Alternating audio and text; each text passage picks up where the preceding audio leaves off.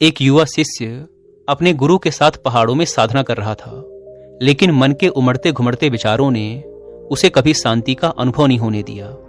हर रोज ध्यान करते समय उसके मन में विचारों का बवंडर उठता और वह बेचैन हो जाता। आखिरकार एक दिन परेशान होकर वह गुरु के पास गया और बोला, हे गुरुदेव, मैं अपने मन को शांत नहीं कर पा रहा हूँ। जितना भी ध्यान करने की कोशिश करता हूँ उतने ही विचार मेरे मन में उमड़ते रहते हैं। कृपया मुझे मार्ग दिखाइए। उसकी आवाज में एक गहरी तड़प थी। गुरु ने मुस्कुराते हुए कहा, यह प्रश्न तो हर साधक के मन में आता है। अगर तुम सच में शांति पाना चाहते हो तो तुम्हें कुछ अनुभव करने होंगे। आओ, आज मैं तुम्हें एक स्थान पर ले चलता हूँ। गुरु उसे जंगल के एक कोने में स्थित एक पुरानी झील के पास ले गए। झील का पानी बिल्कुल शांत और पारदर्शी था, जिसमें आसमान का प्रतिबिंब साफ दिख रहा था। गुरु ने कहा, एक पत्थर उठाओ और झील के बीचों बीच फेंक दो। शिष्य ने झील में एक बड़ा पत्थर फेंक दिया। पानी में हलचल मच गई, लहरें उठने लगी और झील का साफ पानी धुंधला हो गया। गुरु ने पूछा, अब क्या तुम झील के तल को देख पा रहे हो? शिष्य ने सिर हिलाया, नहीं गुरुदेव, पानी अब बहुत अशांत है। गुरु ने कहा, यही तुम्हारे मन की दशा है। विचार तुम्हारे मन में पत्थर की तरह गिरते हैं और उसे अशांत कर देते हैं। शांति पाने का तरीका यह नहीं है कि तुम इन विचारों से लड़ो या उन्हें रोकने की कोशिश करो, बस इनका साक्षी बनो। समय के साथ जैसे यह झील शांत हो जाएगी वैसे ही तुम्हारा मन भी होगा। शिष्य ने झील को ध्यान से देखा। जैसे जैसे समय बीता, पानी की लहरें धीरे धीरे शांत होने लगी और फिर से झील के तल में पड़े पत्थर और मिट्टी साफ दिखाई देने लगे।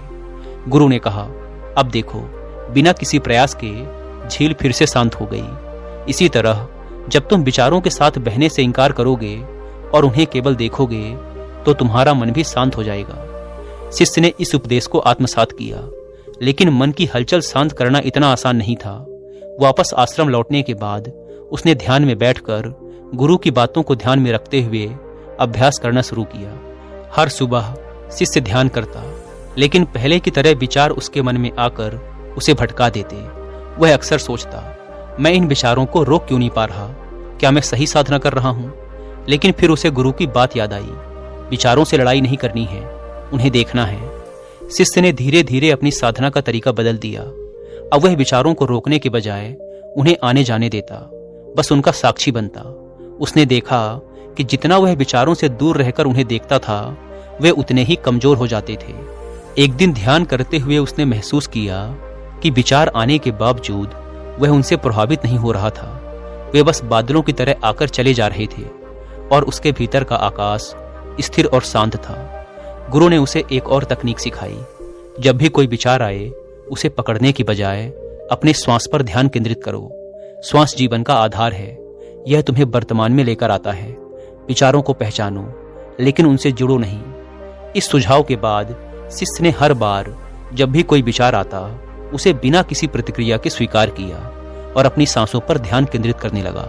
धीरे धीरे उसे महसूस हुआ कि उसके मन की गतिविधियां कम हो रही हैं। उसके भीतर की हलचल शांत होने लगी थी। अब शिष्य ने अपने मन के स्वभाव को और गहराई से समझना शुरू किया। उसे अनुभव हुआ कि विचारों का आना स्वाभाविक है, लेकिन जब तक हम उनसे चिपकते नहीं, वे खुद ही चले जाते हैं।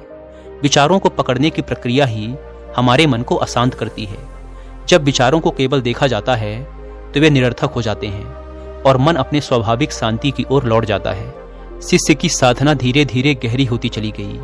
अब वह ध्यान के दौरान अधिक समय तक शांत रह सकता था और जब विचार आते भी थे तो वे उसे विचलित नहीं कर पाते थे। एक दिन गुरु ने उससे पूछा, अब तुम्हें कैसा अनुभव हो रहा है? शिष्य ने कहा, हे गुरुदेव, मैं पहले से बहुत शांत हूँ, लेकिन अब भी कभी कभी विचार आते हैं। गुरु ने कहा, यह अच्छा संकेत है। विचार आना बुरा नहीं है, विचारों से जुड़ना बुरा है। अब तुम उस बिंदु पर हो जहां तुम विचारों को देख सकते हो और उन्हें जाने दे सकते हो। यही साक्षी भाव है। गुरु ने आगे समझाया, जब तुम्हारा मन शांत होता है तो यह दर्पण की तरह साफ हो जाता है। इस स्थिति में तुम अपने असली स्वभाव को देख सकते हो। शांति कोई बाहरी चीज नहीं है, यह तुम्हारे भीतर ही है, जैसे झील के नीचे की सतह हमेशा मौजूद होती है। शिष्य अब समझ चुका था कि शांति पाने के लिए बाहर की दुनिया को नियंत्रित करने की जरूरत नहीं है। असली शांति भीतर की यात्रा में है। उसने कई महीने ध्यान की गहरी साधना की और फिर एक दिन ऐसा आया जब उसने पूर्ण शांति का अनुभव किया। उस दिन जब शिष्य ध्यान में बैठा, उसके मन में विचार तो आए, पर वह उनसे बिल्कुल भी विचलित नहीं हुआ। ऐसा लग रहा था जैसे विचार पारदर्शी हो गए हों।